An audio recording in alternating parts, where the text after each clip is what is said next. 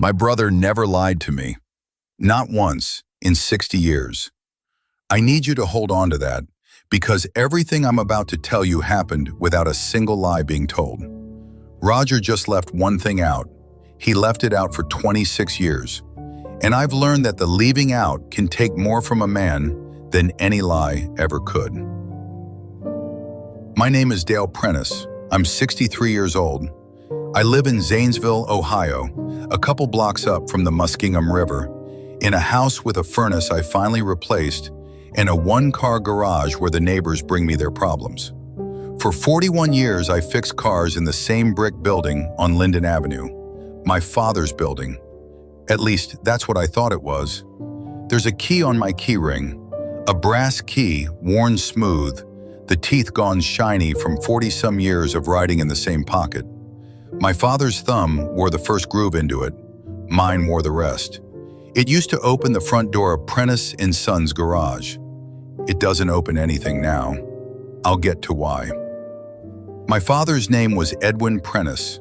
Everybody called him Ed, and his sons called him Pop, and he came home from Korea in '53 with steady hands and not much to say. He ran a lathe at the pottery for 10 years, saved like a man digging a tunnel, and in 1963, he bought a brick building with 2 bays and a gravel lot and painted the name on it himself. Prentice & Sons, since 1963. He painted the word sons before either of us could walk. Roger was a baby. I wasn't born yet. That always got me when I was young. He put us on the sign before he ever met us. My mother's name was Ruth.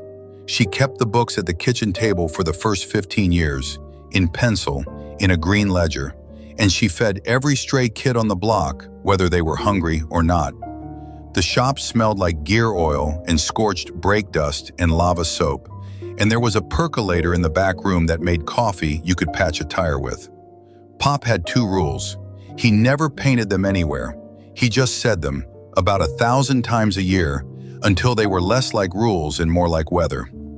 Open by 7, swept by 6. That was the whole religion.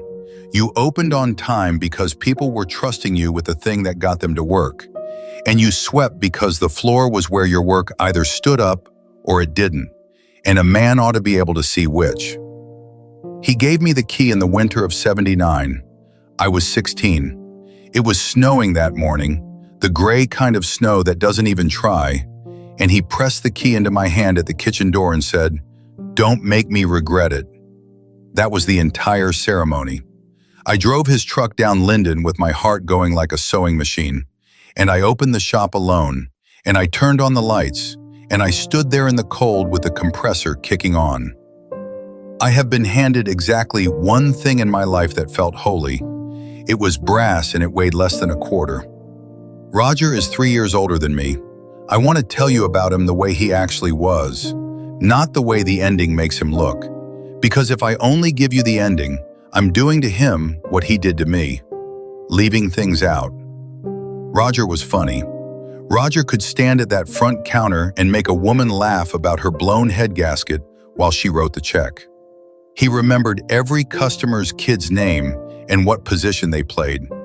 He never liked grease. It bothered him, actually, having his hands dirty, even as a boy. And Pop never made an issue of it, because by the time Roger was 20, it was obvious what the system was. Roger talked, I fixed, and the system worked. I want to be honest about that. People ask me, looking back, when the trouble started, and they want me to say it was always there, some splinter from childhood. It wasn't. We were a good shop. The front needs a mouth and the back needs hands, and for a lot of years I genuinely believed that a thing built by 2 brothers belonged to 2 brothers. Nobody told me otherwise. That's the part you have to sit with. Nobody ever told me otherwise. Pop's heart went in the spring of '98. He had the first one in the shop on a Tuesday, halfway under a Crown Victoria, and he was embarrassed about it, which tells you most of what you need to know about the man. The second one came in Genesis Hospital 11 days later, and that one he didn't argue with. But in between, there was an evening I have replayed more than any other evening of my life. Both of us in that hospital room, Roger on one side of the bed, me on the other, the monitor doing its little patient arithmetic. Pop looked smaller than I'd ever seen him. He took my hand, and he took Roger's, and he said, "You keep it going. Split it down the middle, boys. Your mother gets looked after first, and you split the rest down the middle." We both said, "Yes, Pop," and he nodded like a man who just torqued the last bolt on a long job. And he closed his eyes, and that was the last thing he ever asked of anybody. There was no real will. A thin one, everything to Mom, drawn up at the Legion Hall years before by a lawyer who was dead himself by then. Mom was 71 and grieving, and she signed whatever needed signing. And what needed signing was handled by Roger, because Roger handled paper. That was the system. I buried my father on a Saturday, and I was under a car by 7 o'clock Monday morning, because the shop was full, and grief doesn't fix anybody's brakes. Then came the kitchen table. Spring of '99, Mom's kitchen, the same table, oilcloth with little yellow flowers on it. Roger had a folder. He had it all organized with those plastic tabs. He said it was estate stuff, insurance, putting the shop into an LLC to protect Mom. Modern stuff. The lawyer says it's standard. He turned the pages for me. Sign here, and here, and here. I signed where he pointed. I want to stop and tell the truth about that moment, because it would be easy to make myself the innocent in it, and I wasn't, quite. I didn't read those papers, not a page. I had a transmission half out of a Buick across town, and my mind was on it. But that's not the whole truth either. The whole truth is that paper made me feel stupid. It always had. Roger read fast and signed slow, and I was the opposite. And 40 years ago, I decided it was easier to trust him than to sit there moving my lips in front of my big brother. So some of this is mine. I've never figured out how much. I've quit pretending I know. Mom passed in 2006, quiet, in her sleep. After that, it was just the two of us and the building. Or that's what I'd have told you. Here's what I've learned about the truth. It doesn't hide. It sits out in the open, in small things, and it waits to see how long you'll keep walking past it. In 2003, we repaved the lot and bought a new sign, backlit, the fancy kind. And when they hoisted it up, it said, Prentice Automotive. The new sign didn't say Sons. I stood in the lot looking at it, and I said something to Roger, joking but not entirely, and he laughed and said the sign company charges by the letter, Dale. And I laughed too, because it was a good line, and because laughing was easier than the next question. I think about that sign more than I should. My pay was fine. I want to be accurate. It was fine. A solid wage, raises most years, insurance for me and Janet. But it was a wage.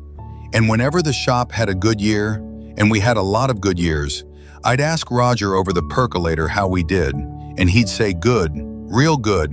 And when I asked where it went, he'd say, we plow it back in. New lift, new alignment rack, the roof, we plow it back in. I must have heard that sentence 200 times. It's a good sentence. It sounds like a farm and a family and the long view. Meanwhile, Roger moved out by the country club in '05, got the pontoon boat in '08, and I told myself the stories you tell yourself. Office work pays different. His wife Brenda came from a little money. He carries the risk. The loans are in his name. That last one, it turned out, was truer than I knew. Everything was in his name.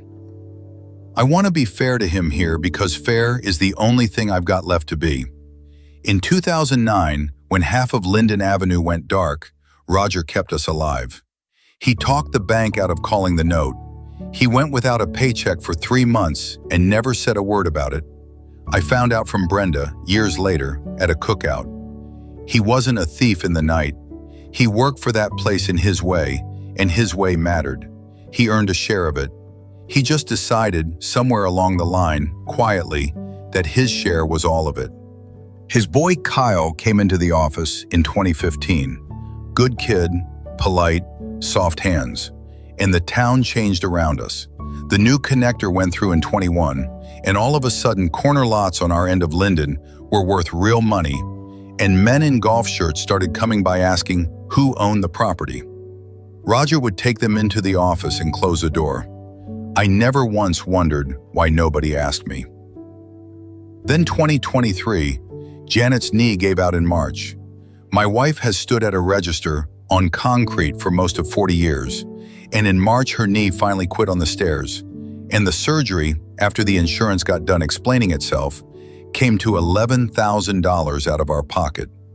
The same spring the furnace started making a sound like a man clearing his throat.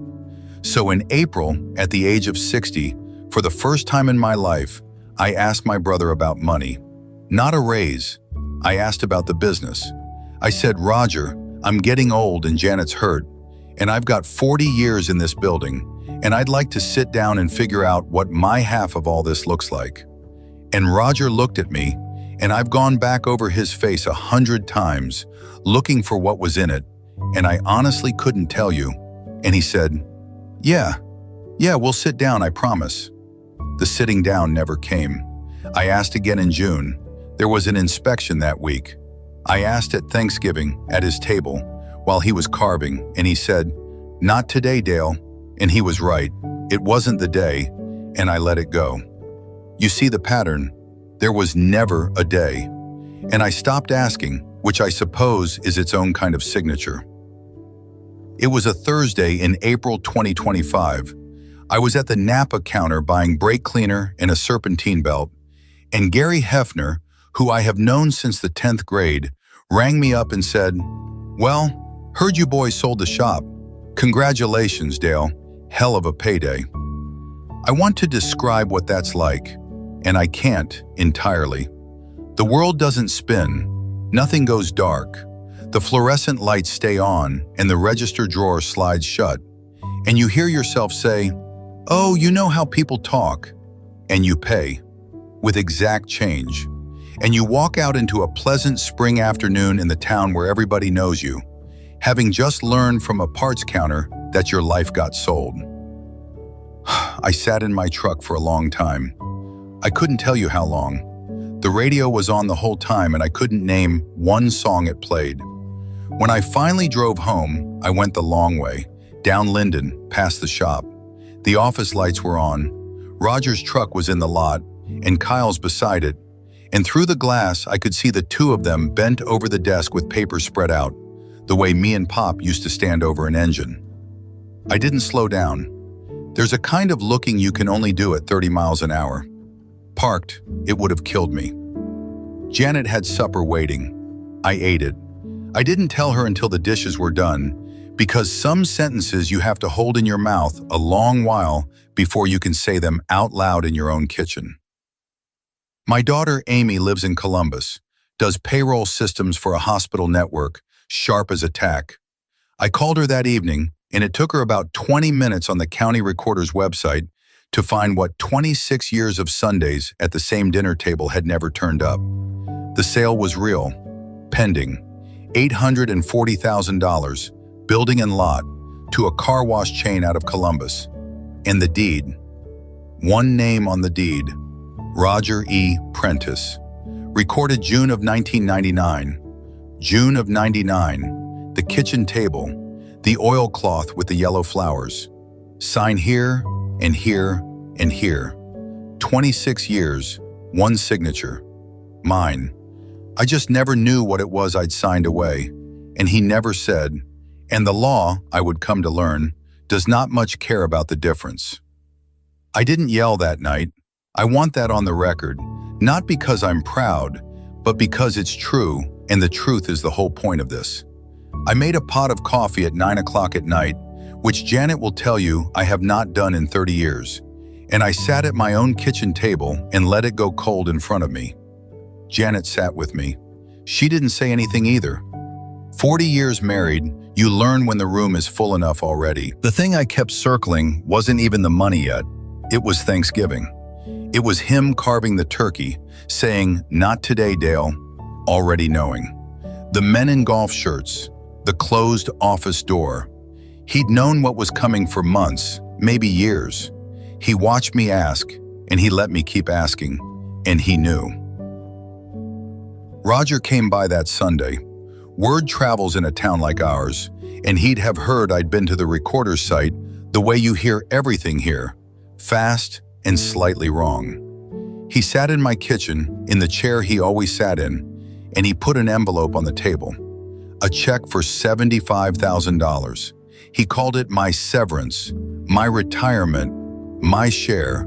He used all three words in the same sentence, like a man trying on hats. I had rehearsed exactly one question. I'd been rehearsing it for 3 days, in the truck, in the shower, at 2 in the morning at the ceiling. I asked it, was it ever half mine? He looked at the envelope. He looked at his hands, clean hands. He always had clean hands. And my brother, who never lied to me, didn't lie to me then either. He said, "You never asked, Dale." And then, quieter, like it cost him, or maybe like it didn't, I genuinely cannot tell you which, he said the sentence I will be hearing for the rest of my life. He said, "I built the business, you just turned wrenches." I didn't say much after that. There wasn't much in me to say. Somewhere in those 3 days, the yelling had drained out of me and left something older and stiller, the way a flooded field goes calm and ruined at the same time. I thanked him for coming by. I actually said that, "Thank you for coming by." Politeness being the last tool in the box when everything else won't reach. He let himself out. I heard his truck back down my driveway. That was the last time my brother was inside my house. Now I'm going to tell you the parts people don't put in stories like this, because they're not flattering, and this only works if I tell it straight. I cashed the check. I'm not going to dress it up. Janet's knee was 11 grand we'd already bled. The furnace was on borrowed time, and pride, I have learned, is a thing you pay for monthly with interest. I deposited my brother's check on a Tuesday morning, and I felt my father watching me from somewhere, and I could not tell you, even now, whether he was ashamed of me or relieved for me. Both, knowing him. I did see a lawyer, once. Carl Bernard, second floor over the flower shop on Main. Decent man. He listened to the whole thing with his fingers laced, and then he told me courts actually have names for what happened to me. There's a whole shelf of law for family promises that never made it onto paper. He said with the hospital room witnesses gone and my signature on those LLC papers, he'd put it at 60-40 odds in 2 years, maybe 3. Depositions. Janet on a stand, Brenda on a stand, Kyle. My mother's estate dug back up and laid out on a table for strangers. 10,000 down to start. I thought about it for 9 days, and then I called Carl and told him, no, I'm not suing my brother. Maybe that's principle. Maybe it's just tired wearing principal's coat. I was 62 years old, and I had a number in the bank and a wife who could walk again. And the only thing a courtroom could give me back was money, and money was never the thing he took. Some nights I think I hate him. I don't hate him. I'm aware those two sentences don't fit together. I've stopped trying to make them fit. Both of them are true before midnight, and that's just what it is to lose a brother who's still alive across town. The handover was a Friday in June. The Thursday night before it, I let myself in alone, around 9 o'clock. My key still worked then. One more day it worked. I walked the bays. 3 of them now. Pop died when there were 2. The chain hoist he bought used in '71 was still up there, still rated, still true. The pit, the workbench with my initials melted into the corner of it, from a soldering iron, 1981, a crime I denied for 20 years. The snap-on calendar flipped to the right month. The back room still smelled like every year of my life at once. Pop's percolator was on the shelf. I took it. First and only thing I ever took out of that building that I didn't pay for or sweat for. I figure it was owed. And then I did the thing I'd come to do, which will sound foolish, and I've made my peace with sounding foolish. The floor was already broom clean, sale condition, the realtor's word. Didn't matter. I got the push broom off its nail, and I swept the floor anyway. All 3 bays, slow, in the dark, with just the streetlight coming through the glass. Pop's rule. You don't sweep it for the customers. You sweep it because the floor is where your work either stood up or it didn't. Mine stood up. 41 years of it. Whatever name was on the deed, the floor was mine. I hung up the broom. I turned off the compressor and listened to it sigh down to nothing, which is a sound like a big animal lying down. In the office, on the wall, there's a photograph of 2 boys sitting on the fender of a Ford, 1971, both grinning, the little one holding a wrench too big for him. Me and Roger. I left it hanging. I couldn't tell you why.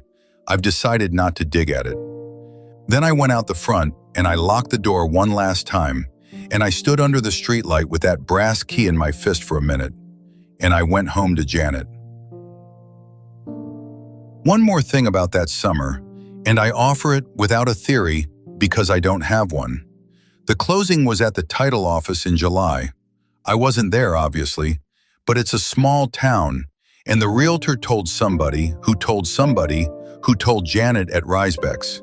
The realtor said Roger cried, signed the last paper, walked out to his truck, sat in it, and cried. I have turned that over more times than I'll admit. Grief, guilt, relief. 840,000 reasons, or one. I don't know what it was, and I've stopped deciding. You don't get to know everything. That might be the hardest rule there is. It's February now. There's snow on the river path, and Janet walks it most mornings, on a knee that works. And I cook breakfast on a stove in a warm house, and the furnace, the new one, doesn't say a word. Amy calls on Sundays. The neighbors bring me their cars and I fix them in my little garage, and they pay me in zucchini and banana bread and $20 bills I argue about. It is, and I'm slow to say this kind of thing, a good life. Smaller than the one I thought I'd built, but mine, paid for. Nothing in it sitting in someone else's name. I saw Kyle at Riebeck's in the fall. He waved. I waved back. The kid didn't do anything, or maybe he knew the whole time. I've decided not to ask. A man can only carry so many open questions, and I'm at capacity. Roger sent a Christmas card. Brenda's handwriting on the envelope, a printed family photo, no note. It's in a drawer. I didn't throw it away. I noticed that about myself, and I let it be. The shop's a car wash now. They did it fast. Glass doors that slide open by themselves. Blue light, foam. The locks are changed now, of course. Have been since July. So here's where I tell you about the key, because I promised I'd get to it. It's still in my pocket. Right now, tonight. A brass key to a door that isn't there. In the pocket of a man the sign stopped mentioning in 2003. The key doesn't open anything. Janet asked me once, gently, why I still carry it, and I told her I didn't know, and that was true. But I've had some time since, and I think I know now. Everything else, the building, the name, the business, my half of my father's word, all of that lived on paper, and paper goes to whoever holds the pen. The key never lived on paper. Pop put it in my hand, in the snow when I was 16, and said, "Don't make me regret it." And I didn't. That's the whole estate. I keep it on the ring. If this story stayed with you, there are more like it here. Quiet ones, for late nights. Nobody in my family ever lied. We just spent 26 years not saying one small sentence. It's half yours, and it's half mine. Because asking felt like doubting, and doubting felt like the end of us. The end came anyway. It just came quiet. Sleep well.